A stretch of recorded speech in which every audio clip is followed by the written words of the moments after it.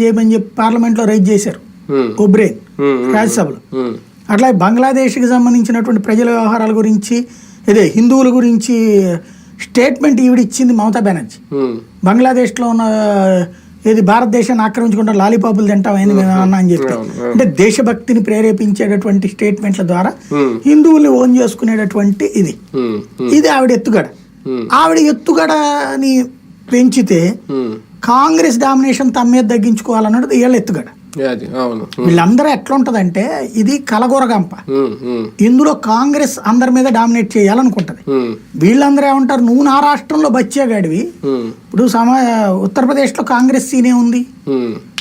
ఇంకొకటి వీళ్ళందరికీ ఇప్పుడు ఎందుకు వీళ్ళు ఈ మాట మాట్లాడుతున్నారంటే దేశవ్యాప్తంగా ముస్లిం పోలరైజేషన్ కాంగ్రెస్ వైపు బిగినైంది. అది రేపు పొద్దున జరిగితే వీళ్ళ రాష్ట్రాల్లో వీళ్ళు పోతారు. వీళ్ళు కాంగ్రెస్ ని వెంట పెట్టుకెళ్ళి దాన్ని బతికిస్తూ చివరికి వీళ్ళు పోయే పరిస్థితి వస్తుంది. అందుకని అర్జెంట్గా ఇప్పుడు కాంగ్రెస్ ని డిజోన్ చేసుకోవాల్సిన టైం వచ్చింది వీళ్ళకి.